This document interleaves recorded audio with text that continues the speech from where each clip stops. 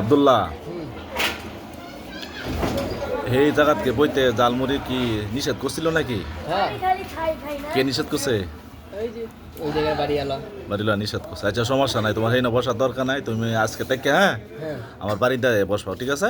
মন খারাপ করো না। তা রিজকের মালিক তো জানো কি কে? আল্লাহ। হ্যাঁ, সবসময় এটা মনে রাখবা। ছেলেটা এক কোণার মধ্যে বসতো, কিন্তু আমি তারা ডাক্কাই না আব্দুল্লাহ এই যে আমার বারিন্দাত বসাইছি। তুমি প্রতিদিন আসবা, ঠিক আছে? প্রতিদিন বারিন্দাত এই যে টুলটা দিছি না, কই টুলটা এই না বসে থাকো। হ্যাঁ, এই না বসে থাকে জালমুড়ি বেসবা, কেউ কিছু বলবো না, ঠিক আছে? তো মন খারাপ করে না, বুঝছো না? কেউ রিজকের উপরে কেউ আঘাত দিতে পারে না, একমাত্র আল্লাহ ছাড়া, বুঝছো? তা ঠিক মতো সুন্দর ব্যবসা করো ইনশাল্লাহ, বুঝছো? মন খারাপ করো না। আচ্ছা।